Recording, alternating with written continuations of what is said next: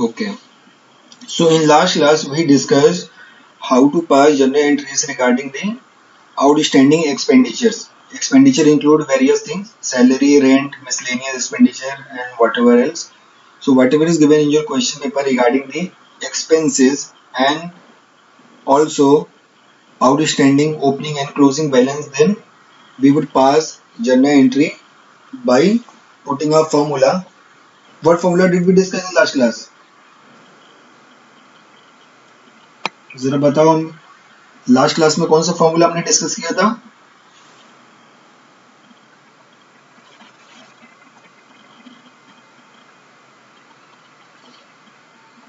कोई बताएगा?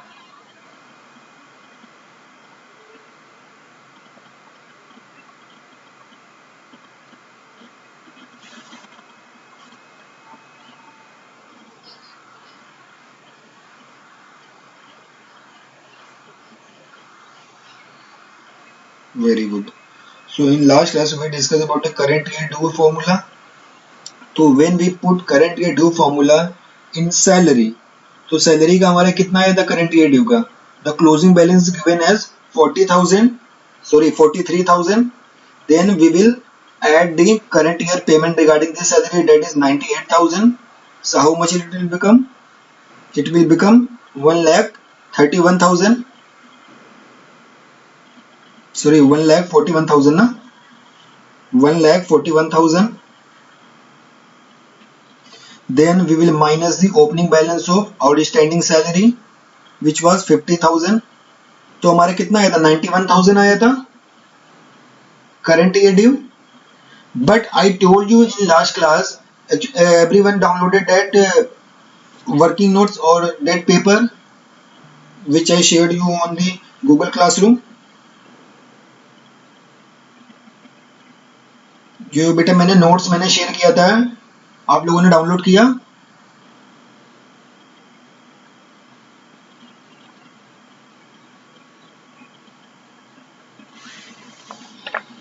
क्या वो मेरी आवाज डीले पहुंच रही है क्या आप लोगों के पास? इतना लेट में रिप्लाई आ रहा है?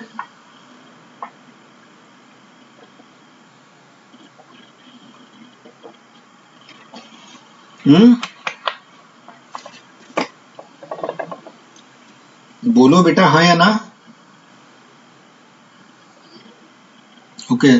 तो हमारी जो सैलरी के रिगार्डिंग फर्स्ट एंट्री वहां पे मैंने कौन सी पास की थी, जरा बताओ.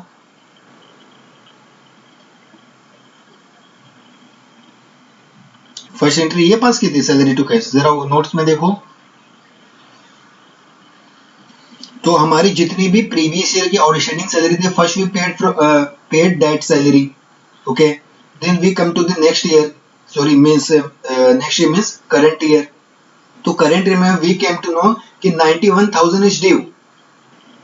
Okay, 91,000 is due, but out of that we have paid total salary in cash, that is 98,000. But from that 98,000 we have already paid 50,000 previous year salary.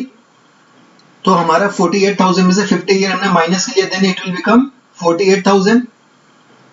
Then we came to know कि yes, current year salary which was 91,000 was due. We paid only 40, how much? 48 ना? We paid only 48,000 from the current year salary due, and the remaining will become the outstanding salary. यही logic समझाया था ना मैंने last class में.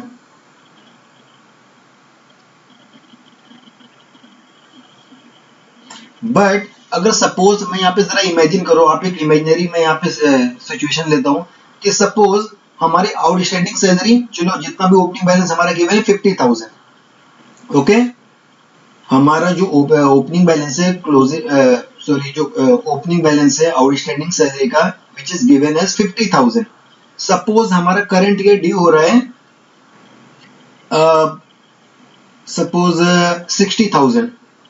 50,000 हमारी opening outstanding salary है which is 50,000. Current year due हमारा 60,000 हो रहा है एंड वी पेड ओनली 10,000.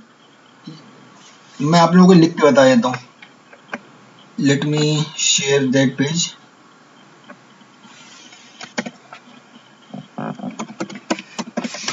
क्योंकि मैंने लास्ट क्लास में ही बताया था आप लोगों को कि जैसे मैं यहाँ पे एक्सप्लेन कर रहा हूँ वैसे हम एंट्री पास नहीं करेंगे, वो बस मैं लॉजिकली समझाने के लिए वो सारी चीजें मैंने वहां पे शेयर की थी।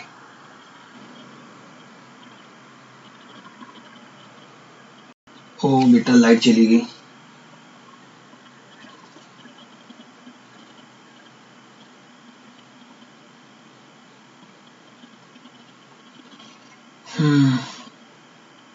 आवाज आ रही है? सभी लिखो अपने उसमें रफ में, प्लीज राइट इट डाउन, क्योंकि अभी थोड़ा टाइम लगेगा, क्योंकि वाईफाई रीस्टार्ट हुआ है ना, it will take 10 minutes.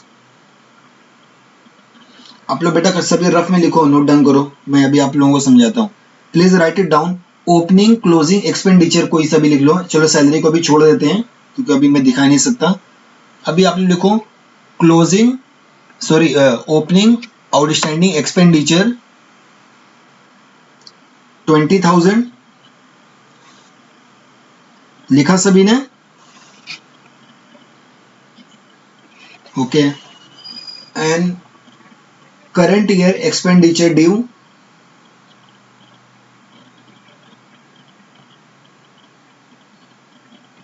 Current year expenditure due 50,000,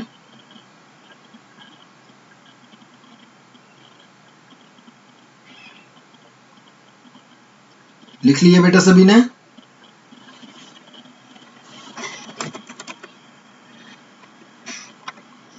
okay 50,000 बोला ना मैंने? Yes. And right it down, closing outstanding expenditure will be 25,000.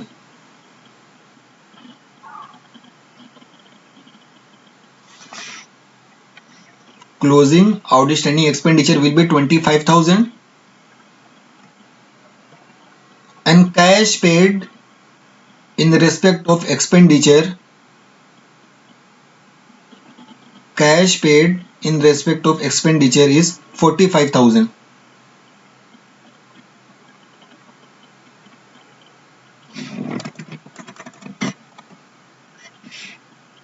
बात बेटा समझ में आई सभी को?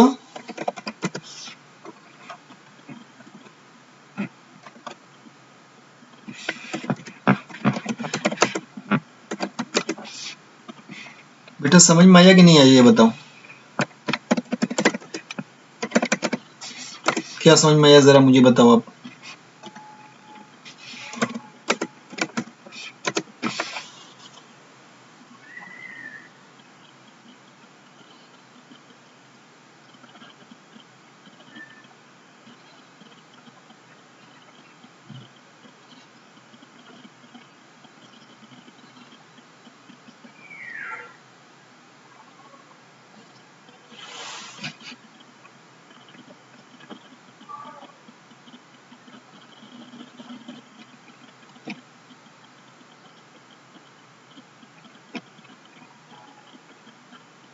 देखो जो मैंने यहाँ पे करंट ईयर ड्यू लिखवाया हुआ है, पहली बात तो वो हमारे क्वेश्चन में दिया हुआ नहीं होता है।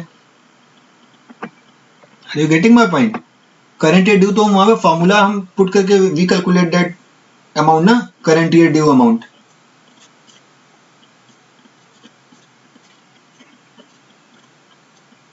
अब जरा फॉर्मूला पुट करो, we paid in cash 45,000 and closing balance is 25,000. When we add up both the value, how much it will become?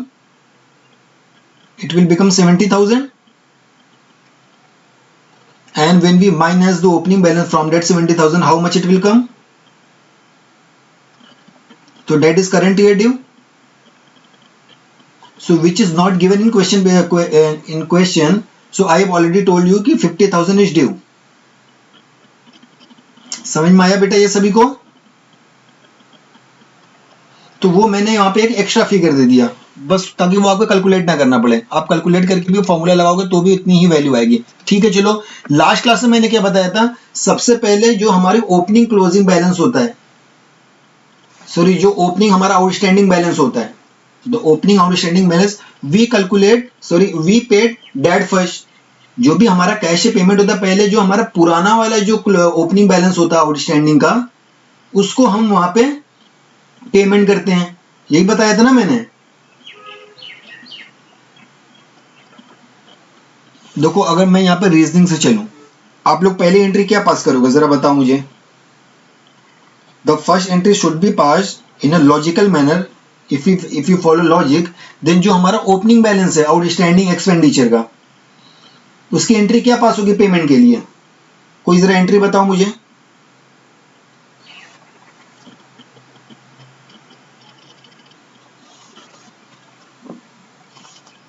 Yes, outstanding expenses to cash. ठीक है, सभी पास करो इस एंट्री को, आउटस्टैंडिंग एक्सपेंसेस टू कैश। क्योंकि बेटा logic यही बोलता है ना कि आप करंट ईयर का बाद में देना, पहले जो पुराना वाला बाकी है एक्सपेंडिचर, आप पहले उसको पेमेंट करोगे ना। Are you getting my point बेटा। अगर मैं आपसे, अगर सपोज आप कैंटीन में जाते हो कुछ खाने के लिए, तो आपने वहां से 20 रुपीज का आपने उधार ले लिया। नेक्स्ट डे आप फिर से गए तो आपने फिर से कुछ खाया, सपोज आपने आज 30 रुपीज का खाया और आपके पास सिर्फ 10 रुपीज ही है, तो आपने बोला भैया ये 10 रुपीज ले लीजिए, 20 रुपीज आज का भी बाकी रहेगा। बोला नहीं मैडम आज का क्यों, कल का 20 रुपीज आपका पहले उधार था, पहले आप पुराना वाला दोगे ना उधार, तो मैं कल वाले में से 10 रुपीज में माइनस कर लूंगा और कल का 10 रुपीज और आज का 30 रुपीज, 40 रुपीज आपका पूरा बकाया रह जाएगा। ऐसे ही करोगे ना कि पुराना वाला पहले पेमेंट करोगे, करंट ईयर वाला बाद में करोगे। समझ में आया सभी को। ठीक है, अब सेकंड एंट्री क्या पास करोगे जरा बताओ मुझे, करंट ईयर पेमेंट की। करंट ईयर ड्यू हमारा कितना हो रहा है जरा बताओ।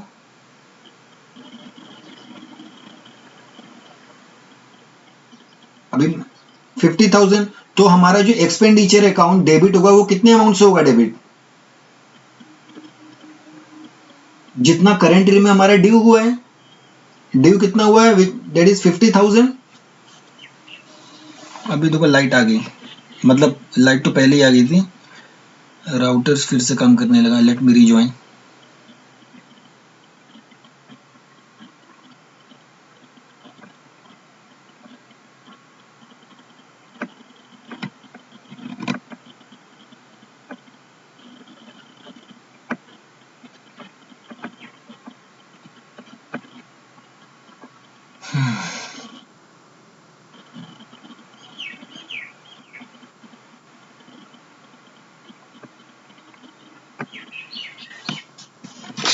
जरा देखो मैं इसी को जल्दी से मैं एक टेबल फॉर्म में लिख लेता हूँ ताकि आप लोगों को अच्छे से समझ में आ जाए। ठीक है, ये हमारा हो गया पार्टिकुलर्स, ये हमारा हो गया अमाउंट। ठीक है, तो सबसे पहले हमारा पार्टिकुलर क्या था, opening balance. Opening outstanding balance कितना था बेटा हमारा, 20,000। ओके, देन हमारा पेमेंट ड्यूरिंग द ईयर, या पेमेंट इन कैश कर लेते हैं ना, payment in cash during the year. How much we paid during the year, 45,000। Okay, and then closing outstanding balance. Closing outstanding balance बेटा कितना लिखवाया था मैंने, 25,000। यही था ना, दिख रहा है सभी को।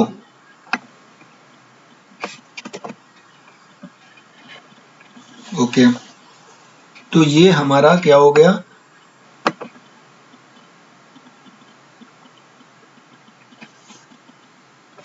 तो ये ऊपर की हमारी हेडिंग हो गई और नीचे मैंने यहाँ पे पार्टिकुलर्स लिख दिए कि भाई हमारा ओपनिंग जो आउटस्टैंडिंग बैलेंस था, whatever it is outstanding balance, whether we can treat it as salary, as expenditure, as rent, whatever. Okay, तो आउटस्टैंडिंग का जितना भी हमारा कैलकुलेशन होगा कुछ इस तरीके से होगा जैसा मैं बताने जा रहा हूँ। तो ओपनिंग हमारा गिवन है, पेमेंट ड्यूरिंग द ईयर दिया हुआ है, जो कैश में पेमेंट कर रहे हैं या बैंक से पेमेंट कर रहे हैं वो है 45,000। क्लोजिंग बैलेंस है हमारा 25,000। और मैंने आप लोगों को पहले ही फॉर्मूला बताया हुआ है कि करंट ईयर्स ड्यू हमारा फॉर्मूला क्या होता है? The formula is closing outstanding balance plus और क्या बेटा, या पेमेंट इन कैश और paid in cash during the year, जो भी आप लिख लो, during the year, then minus, थोड़ा सा मैं यहाँ पे स्पेस कर लेता हूँ ताकि वो आपको विजिबल हो, ठीक है, माइनस ओपनिंग आउटस्टैंडिंग बैलेंस। यही मैंने बताया था ना आप लोगों का फॉर्मूला।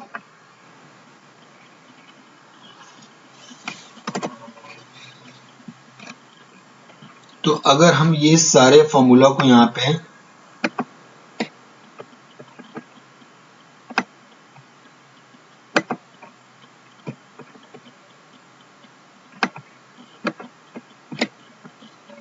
अगर सारे फॉर्मूला का फिगर हम यहाँ पे लिखें तो क्या होगा, हमारा क्लोजिंग बैलेंस का क्या होगा amount given above, closing outstanding balance is 25,000, okay, then plus payment in cash during the year 45,000, then minus opening outstanding balance which is 20,000।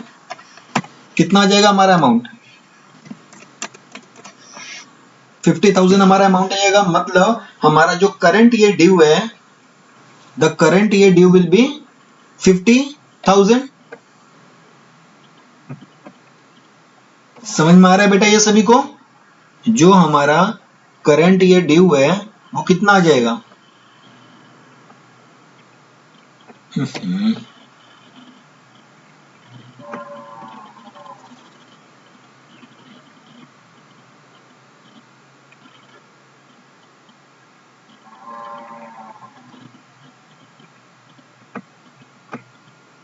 जो हमारा करंट ईयर ड्यू है वो कितना आ जाएगा? 50,000। समझ में आ रहा है बेटा ये सभी को? तो वो हमारा 50,000 हो गया। तो मतलब हमें ये समझ में आया कि अगर हम लास्ट क्लास के लॉजिक के अकॉर्डिंग चले, जो लास्ट क्लास हमने डिस्कस किया था, सबसे पहले जो लॉजिकली जो एंट्री पास होनी चाहिए वो होनी चाहिए outstanding opening balance debit how much 20,000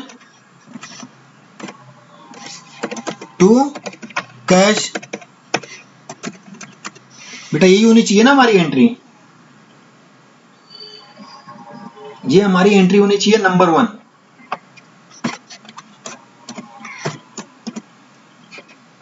फिर इसके बाद हम नंबर 2 एंट्री पास करेंगे यहाँ पे। नंबर 2 एंट्री बेटा क्या होगा जरा बताओ? फिर करंट ईयर की पेमेंट की बात करेंगे, करंट ईयर की पेमेंट की बात करेंगे ना।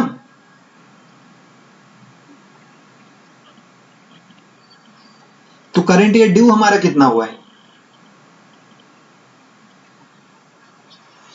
तो हम यहाँ पे जो भी एक्सपेंडिचर है, suppose we treat expenditure out, जो भी है हमारा आउटस्टैंडिंग एक्सपेंस ले लेते हैं यहाँ पे, तो ये हमारा एक्सपेंस हो जाएगा।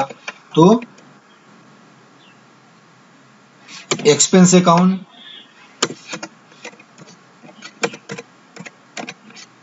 डेबिट हमारा कितना ड्यू हो रहा है? 50,000। देन टू क्या होगा हमारा कैश, कैश कितने से होगा? हाउ 25,000? बिकॉज इस साल हम जो टोटल कैश में पेमेंट कर रहे हैं for this particular expenditure it is 45,000, लेकिन इस 45,000 में से 20,000 तो प्रीवियस ईयर का है, हमने यहाँ पे कंसीडर कर लिया। Although it is not given in your question, but we have treated this 20,000 will be allocated for the previous years closing balance means current year opening balance. तो हमने यहाँ पे कैश को ऑलरेडी हमने 20,000 से हमने यहाँ पे क्रिएट कर लिया, तो बचा कितना हमारा? 25,000 बचा। तो हमने 25,000 करंट ईयर के एक्सपेंडिचर को हमने कैश में पेमेंट किया, ठीक है। तो बाकी का सर क्या करोगे तब? बाकी का क्या होगा? बाकी का हमारा आउटस्टैंडिंग हो जाएगा। समझ में आई बेटा बात सभी को? बाकी का हमारा क्या हो गया, आउटस्टैंडिंग हो गया। लेकिन जरा यहाँ पे थोड़ा सा दिमाग लगाओ आप कि देखो हमारा ओपनिंग बैलेंस, सॉरी ये कितना हो जाएगा, 25,000 होगा ना, ये हमारा इस तरीके से हो गया। तो बस यही हमारी दो एंट्री पास होगी, although we will bifurcate the second entry into two entries. एक पार्ट हमारा कहाँ जाएगा, एक्सपेंडिचर टू कैश, कौन से वाउचर में जाएगा बेटा, एक्सपेंडिचर टू कैश हमारे पेमेंट वाउचर में जाएगा, और एक्सपेंडिचर टू आउटस्टैंडिंग एक्सपेंडिचर किस में जाएगा,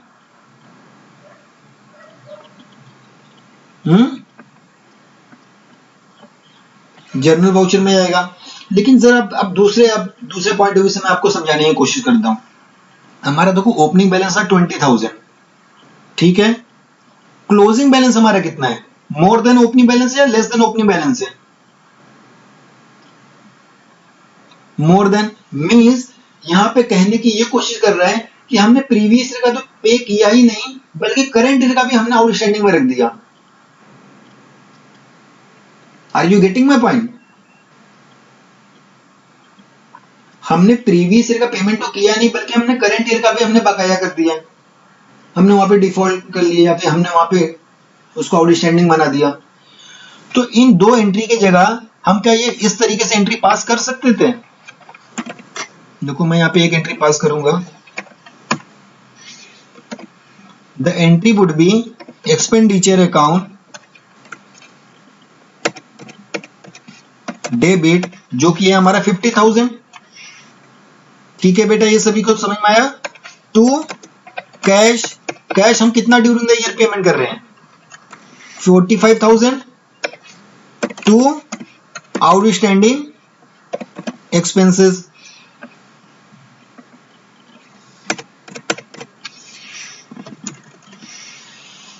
जरा बताओ बेटा मुझे, इस सेकंड जो एंट्री है हमारी सेकंड वाली, इसमें किसी को कोई ऑब्जेक्शन है क्या?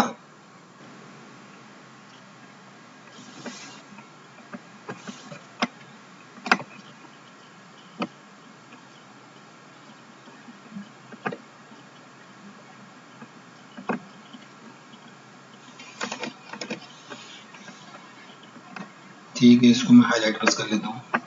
ये जो सेकंड वाली हमारी एंट्री है, इसमें किसी को बेटा ऑब्जेक्शन है क्या, जरा बताओ मुझे।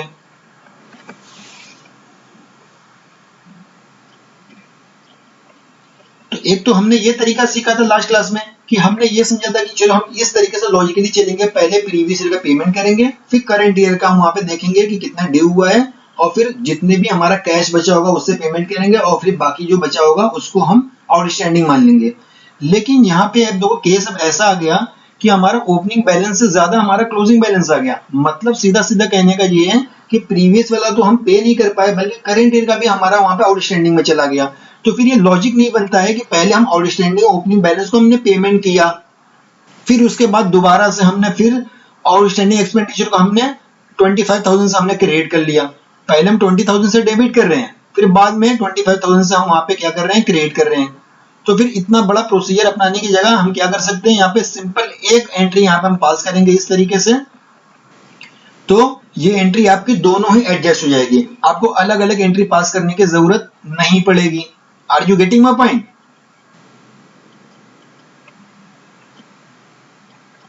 बेटा बात समझ में आ रही है आपको? तो सिंपल आपको क्या करना है, अब मैं ट्रिक बताता हूं आप लोगों को। आप फॉर्मूला लगाओगे, फॉर्मूला क्या लगाओगे, करंट ईयर ड्यू का।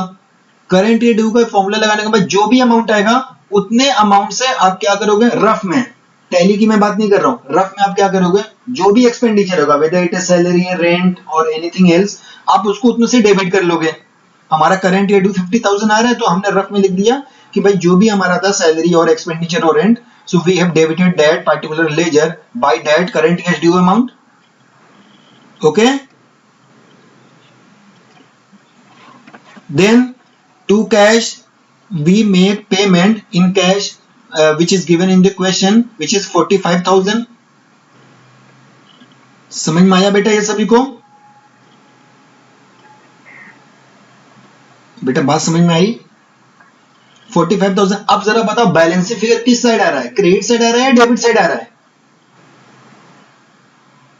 Credit side. तो जिधर भी आपका वहां पे बैलेंसिंग फिगर होगा, उस बैलेंसिंग फिगर को हम किससे एडजस्ट करेंगे? उसी के आउटस्टैंडिंग से। If we are debiting expenses account, then we will balance out the balancing figure or we will adjust the balancing figure by that outstanding ledger account। जो भी लेजर अकाउंट को हम वहां पे डेबिट कर रहे हैं, उसी का हम आउटस्टैंडिंग से वहां पे क्या करेंगे? उसको हम एडजस्ट कर लेंगे। समझ में आया बेटा मेरी बात सभी को? तो अभी तो ये हमारा पहला केस हो गया कि यहाँ पे हमारा क्रेडिट साइड में हमारा क्या आ रहा है? यहाँ पे बैलेंसिंग फिगर आ रहा है। अगर मैं दूसरे केस की बात करूं, जरा देखो यहाँ पे मैं दूसरा केस भी ले लेता हूं। एक्सपेंसेस अकाउंट डेबिट, फिर से 50,000 ले लेते हैं, ठीक है, to cash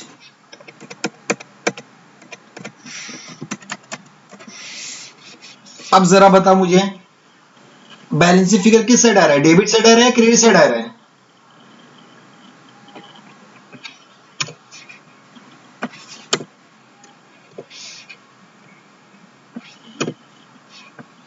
balancing figure debit side आ रहा है। तो हम क्या करेंगे? यहाँ पे डेबिट साइड में ही वहां पे हम एडजस्ट कर लेंगे। कैसे? कौन से अकाउंट से एडजस्ट करेंगे? नहीं बेटा, आउटस्टैंडिंग से ही करेंगे। अभी प्रीपेड को हम डिस्कस ही नहीं कर रहे हैं, अभी आउटस्टैंडिंग एक्सपेंसेस से। कितना हो जाएगा? 20,000। अभी हो गया इक्वल हमारा। तो अब देखो, या तो हमारी ऐसी एंट्री होगी आउटस्टैंडिंग से रिलेटेड जहां पे क्रेडिट में हमारा बैलेंस एडजस्टमेंट होगा, या फिर ऐसी हमारी एंट्री होगी जहां पे हमारा डेबिट साइड में एडजस्टमेंट होगा। रफ में इसको सॉल्व कर लोगे आप लोग? एक ही एंट्री करनी है। Instead of passing two different entries, we will pass only one entry in our rough work. Are you getting my point?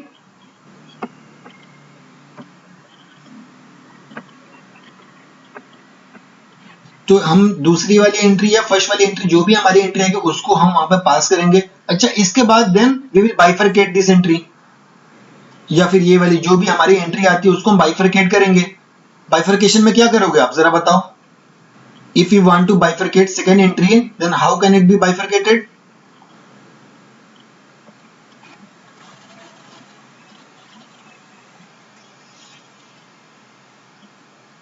बेटा बताओ मुझे।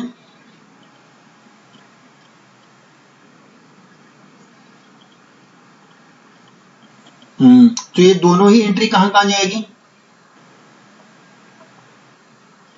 दोनों पेमेंट में आएगी।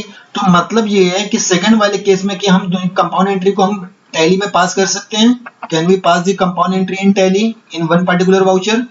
The answer is yes, because for both the debit ledgers account the credit ledger is common, which is cash, and if we bifurcate this particular entry into two entries, then the entry will become expenditure account debit 50,000 to cash 50,000। किसके लिए बेटा qualify कर रहा है? कौन सा voucher के लिए? Expenditure account debit to cash कौन से वाउचर के लिए क्वालिफाई करेगा? Payment voucher. ठीक है, हम पेमेंट में इसने एक एंट्री के पास कर ली 50,000 expenditure account debit to cash 50,000। Okay, चलो सेकंड वाले इसके एंट्री पाते हैं सेकंड पोर्शन पे इसी के। Outstanding expenditure account debit 20,000 to cash 20,000। ये कौन से वाउचर में क्वालिफाई करेगा?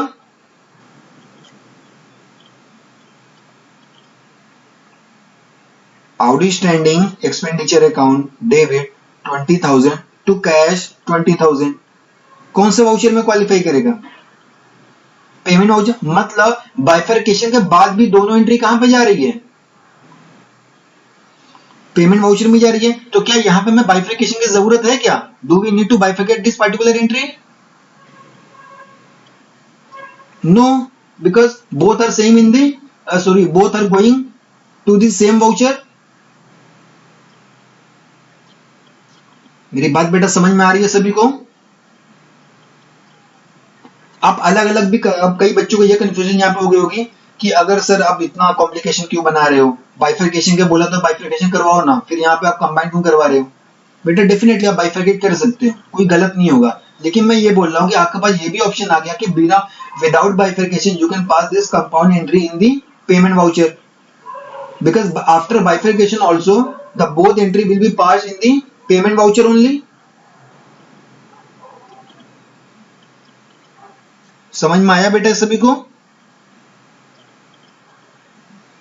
लेकिन फर्स्ट वाले केस में देखो डिफरेंट हो जाएगा हमारा, यहां पे बाइफिकेशन करके हमें पास करना ही होगा। क्यों? अब जरा देखो, एक्सपेंडिचर अकाउंट डेबिट 50,000, ओके, लेकिन इसी एंट्री को हमें यहाँ पे बाइफरकेट करना है, तो expenditure account debit to cash कितना होगा हमारा? 45,000 होगा। तो अब जरा बताओ, expenditure account debit 45,000 to cash 45,000 कौन से वाउचर में क्वालिफाई करेगा? Payment voucher. it will be qualified for the payment voucher. And the second entry, expenditure account debit 5,000 to outstanding expenses 5,000, in which voucher will it be qualified? Which beta? Payment journal voucher. तो यहां पे after bifurcation the two entries will be passed in two different vouchers, so that's why it become compulsory on our part to bifurcate such entry which will be qualified in different vouchers. Are you getting my point बेटा? तो या तो आपके first वाला case आएगा या second वाला case आएगा। सेकंड वाला केस आता है तो आपको बाइफरकेट करने की जरूरत नहीं पड़ेगी, you can directly pass in the payment voucher. But if first case comes then we need to bifurcate such entries, such compound entries into single entries, and then the different entries will be qualified for different vouchers. समझ में आया बेटा सभी को? तो last class में जो हमने डिस्कस किया था, तो क्या हमें वैसी एंट्री पास करनी है क्या? द आंसर इज नो, ये हमें एंट्री पास नहीं करनी है।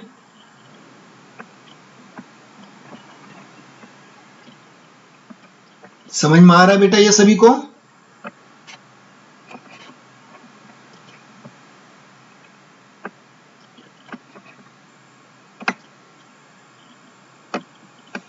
ये एंट्री हमें पास नहीं करनी है, हमें बल्कि ये वाली जो फॉलोइंग एंट्री, हमें ये वाली एंट्री पास करनी होगी, इधर दिस और दिस। समझ में आ रहा है बेटा ये सभी को? दोनों में से एक ही केस यहाँ पे अपीयर होगा आउटस्टैंडिंग के लिए। अभी प्रीपेड वाला केस हमने डिस्कस नहीं किया हुआ है, ओके?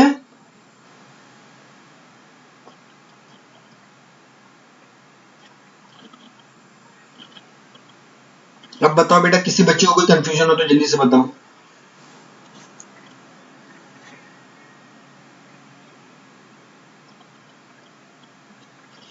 देखो स्टेप मैंने बहुत इजी से बता दी। स्टेप क्या है? सबसे पहला आपका काम होना चाहिए कि आपको करंट ईयर ड्यू यहाँ पे कैलकुलेट करना है। जितना भी करंट ईयर ड्यू कैलकुलेट होकर आएगा उतने ही अमाउंट से आप क्या कर लोगे? डेबिट कर लोगे।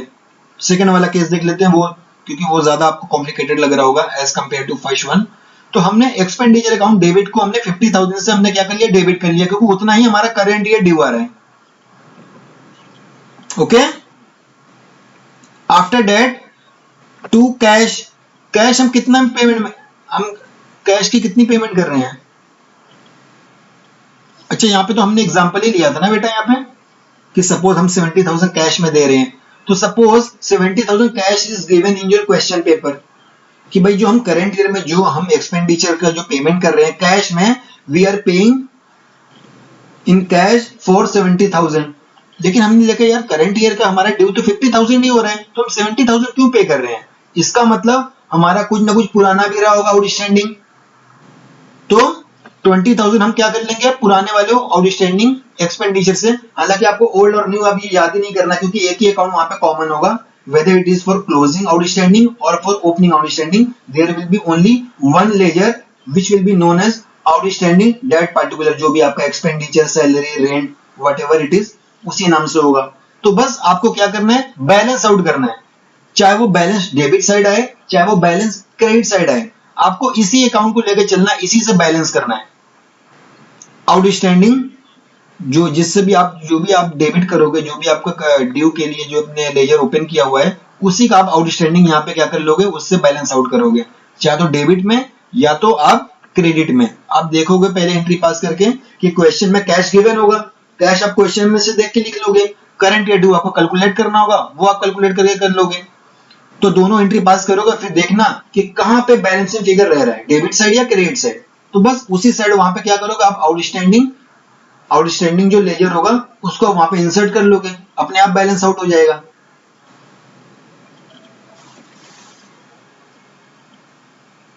इज इट क्लियर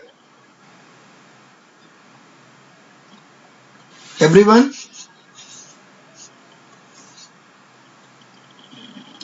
बेटा किसी बच्चे को कुछ कंफ्यूजन है तो प्लीज बताओ।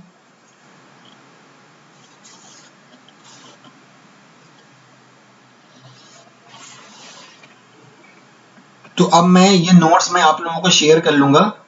ओपनिंग आउटस्टैंडिंग में यहाँ पे एक नाम रख लेता हूँ, एक्सपेंस, ठीक है। Opening outstanding expense balance, payment in cash during the year for expense, ठीक है।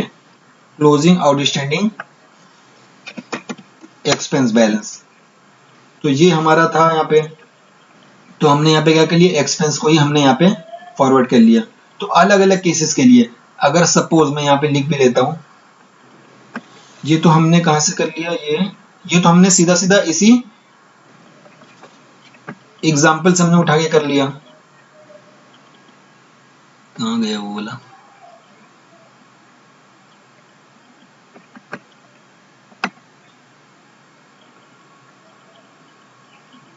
ये इसी इसी एग्जाम्पल का पार्ट है, ठीक है।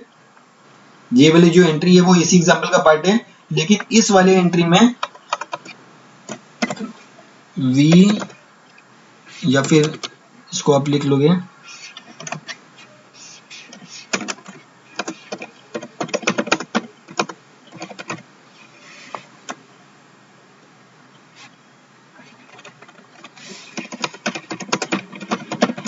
we have assumed 70,000 payment in cash. हालांकि ये यहाँ पे नहीं होना चाहिए, इसको यहाँ पे कर लेते हैं, ठीक है बेटा। ये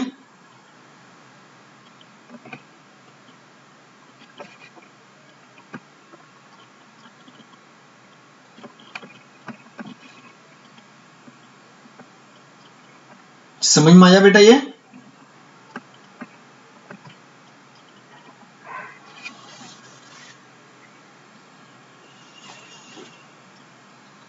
बोलो बेटा, मैं कब से बोले जा रहा हूं। आया या नहीं आया? हाँ या ना, कुछ तो बोलो। ये जो फर्स्ट वाला एग्जाम्पल जो हमने पास किया, यहाँ पे जो एंट्री मैंने पास की है वो हमारे एग्जाम्पल से हमने लिया हुआ है, जो हमने ऊपर एग्जाम्पल में लिया हुआ है अमाउंट, तो उसी अमाउंट से रिलेटेड हमने क्या किया, यहाँ पे उस एंट्री को पास किया हुआ है। सेकंड वाले में just to make you understand, I have assume और वी हैव अज्यूम कि वी हैव पेड 70,000 और the firm has paid 70,000 in cash for this particular expenditure, ठीक है। तो इस केस में हमारा बैलेंस फिगर कुछ इस तरीके से आएगा। तो both entries are correct as per the question. अगर हमारा जो ऊपर हमने गिवन एग्जांपल दिया उसके लिए हमारी पहली वाली एंट्री करेक्ट है। अगर इसी वाले में हम यहाँ पे जो कैश की पेमेंट है 45 की जगह हम यहाँ पे 70,000 कर लेंगे, तो सेकंड वाली एंट्री हमारी करेक्ट हो जाएगी। समझ में आया बेटा ये सभी को? ठीक है। अब जरा यहाँ पे देखो, अब थोड़ा सा अब ध्यान देने की बात है। हमारा ओपनिंग आउटस्टैंडिंग बैलेंस कितना था? 20,000। बात बेटा समझ में आ रही है सभी को? ओपनिंग आउटस्टैंडिंग बैलेंस हमारा कितना था? 20,000। फर्स्ट वाले एग्जांपल को लेते हैं। हमने यहाँ पे क्या कर लिया, आउटस्टैंडिंग एक्सपेंडिचर को हमने क्रेडिट साइड में रखा हुआ है। We have put the outstanding expenditure account in credit side ना, बाय हाउ मच अमाउंट? 5,000। तो it will be added in the opening balance और deducted from the opening balance.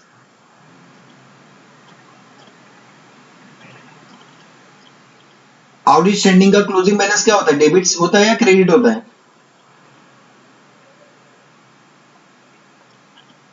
Outstanding outstanding item कहाँ पे appear होते हैं, balance sheet में या फिर पीएल अकाउंट में?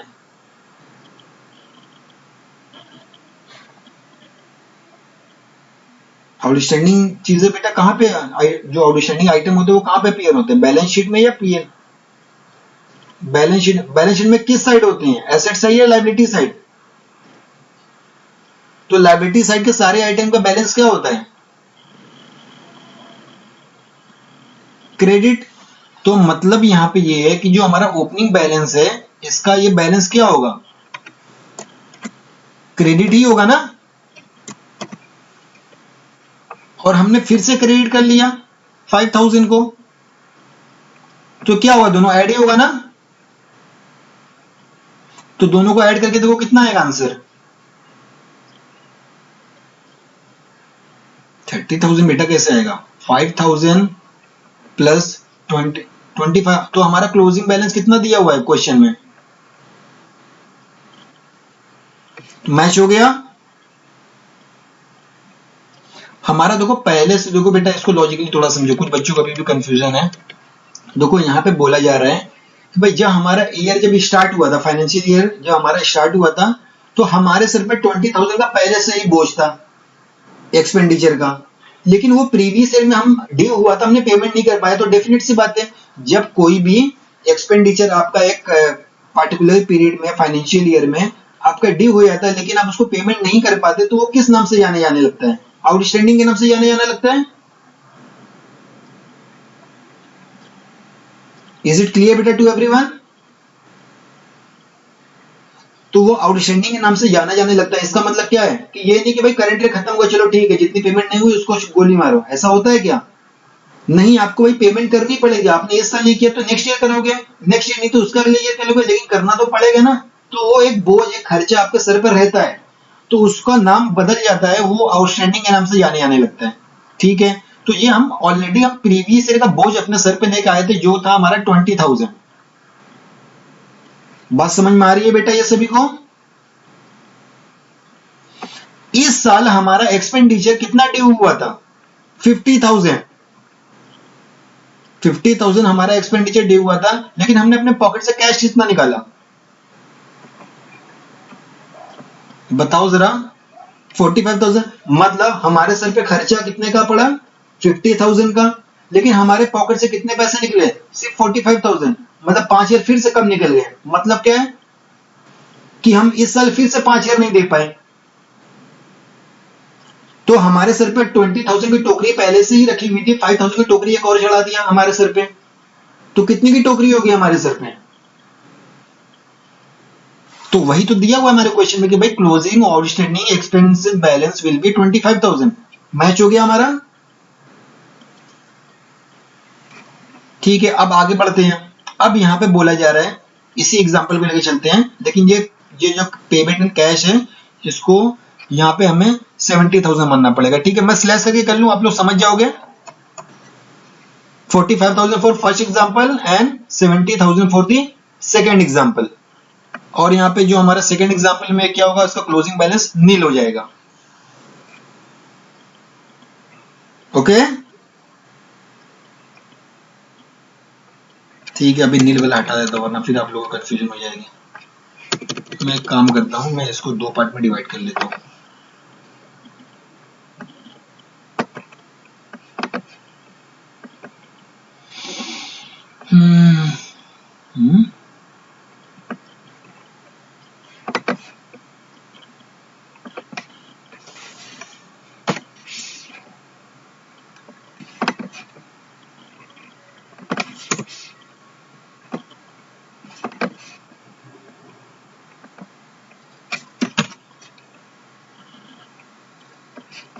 इसको भी करेंगे तो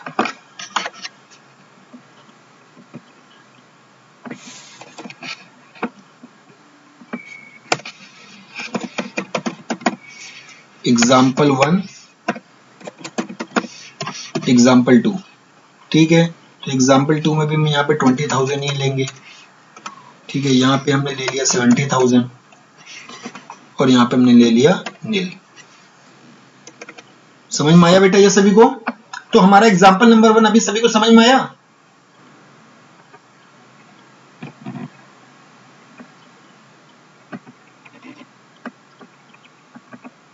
ये हमारा है एग्जाम्पल नंबर 1, ठीक है, और एग्जाम्पल नंबर 2 का मैं अभी बता दूंगा। तो अब जरा देखो एग्जाम्पल नंबर 2 में फिर से क्या है, हम फिर से कितने की टोकरी लेकर आ रहे हैं अपने सर पे बोझ, 20,000 का, और हम पेमेंट कितना करें ड्यूरिंग द करेंट ईयर, 70,000, ठीक है। अब जरा यहाँ पे इसका आप ड्यू अमाउंट निकाल के दिखाओ मुझे। एग्जाम्पल नंबर 2 का आप मुझे जरा कितना आएगा, कैसे बेटा निकाला जरा बताओ मुझे भी।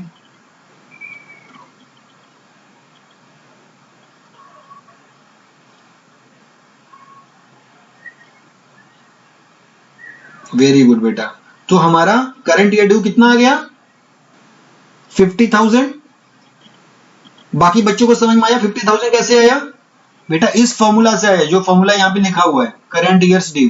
तो हमने यहाँ पे फिर से क्या कर लिया, मैंने कहा था ना जितना भी ड्यू आएगा तुरंत उसी टाइम पे आप उस पार्टिकुलर लेजर को आप डेबिट कर लोगे उसी अमाउंट ड्यू से। तो 50,000 आया तो हमने 50,000 से ड्यू कर लिया। क्लियर है बेटा यहां तक सभी को अभी, ठीक है। हम पेमेंट कितने की कर रहे हैं कैश में, 70,000। तो टू कैश हमने क्या लिख लिया, 70,000, ठीक है। अब जरा ये देखो डेबिट साइड हमारा है 50,000, अभी इसको इग्नोर करो, ये सेकंड वाला पॉइंट। हमने एक्सपेंडिचर अमाउंट डेबिट कर लिया 50,000 से, कैश को क्रेडिट कर लिया हमने 70,000 से। क्या हमारी एंट्री करेक्ट है ये, क्यों,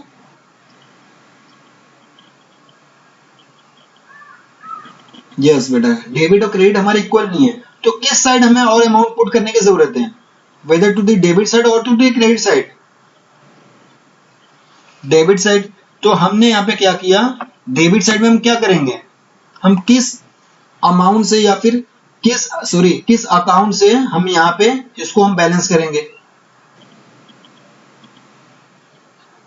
आउटस्टैंडिंग से, वेरी गुड। चाहे बेटा आउटस्टैंडिंग आपका क्रेडिट साइड में बैलेंस फिगर है, चाहे वो आपका डेबिट साइड में बैलेंस फिगर है, उसका एडजस्टमेंट हमेशा आउटस्टैंडिंग से ही होगा, ये बात हमेशा ध्यान में रखना। ऊपर वाला देखो हमारा बैलेंस कर रहा है अगेन आउटस्टैंडिंग एक्सपेंडिचर, लेकिन वो किस साइड हो रहा है, क्रेडिट साइड। इस केस में हमारा डेबिट साइड हो रहा है, तो हम यहाँ पे क्या करेंगे, डेबिट साइड में हम इसको आउटस्टैंडिंग एक्सपेंडिचर से उसको हम बैलेंस कर लेंगे या फिर उसको एडजस्ट कर लेंगे। तो कितने से होगा अमाउंट, अमाउंट कितना हमारा आ रहा है, बैलेंसिंग फिगर हमारा कितना 20,000, तो हमने 20,000 पुट कर लिया। Got the point. तो अब जरा बताओ हम टोकरी कितने के लेकर आए थे अपने सर पे, ओपनिंग आउटस्टैंडिंग के, और हमने इस साल पेमेंट कर लिया क्या आउटस्टैंडिंग का। सेकंड वाले एग्जांपल में देखो हमारा करंट ईयर बेटा ड्यू कितना, हमारे सर पे कितना खर्चा आया था करंट ईयर का, 50,000, लेकिन हमने पेमेंट कितना कर लिया 70,000। तो हमने फिर ये देखा कि अच्छा 20,000 हमने आउटस्टैंडिंग एक्सपेंडिचर का हमने पेमेंट कर लिया, यही है ना यहाँ पे। तो इसका मतलब जो हम अपने सर पे जो बोझ लेकर आए थे प्रीवियस ईयर से, क्या इस साल हमारे सर से वो बोझ हट गया, कितना हट गया, पूरा का पूरा हट गया ना। देखो 20,000 का हम बोझ लेकर आए थे और 20,000 ने पेमेंट कर लिया, तो क्लोजिंग हमारा आउटस्टैंडिंग क्लोजिंग आउटस्टैंडिंग एक्सपेंडिचर हमारा कितना हो गया, नील। अब यहाँ पे नील आ गया आंसर।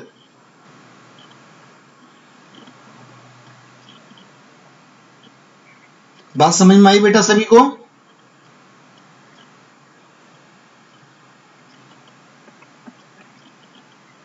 तो अभी टाइम खत्म हो गया है, अब इसी को थोड़ा सा और एक्सटेंड करेंगे नेक्स्ट क्लास में।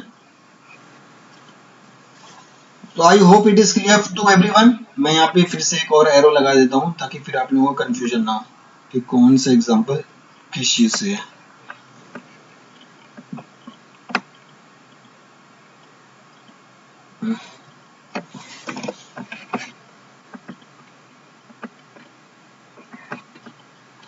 अब रिकॉर्डिंग बंद कर दूं ना मैं।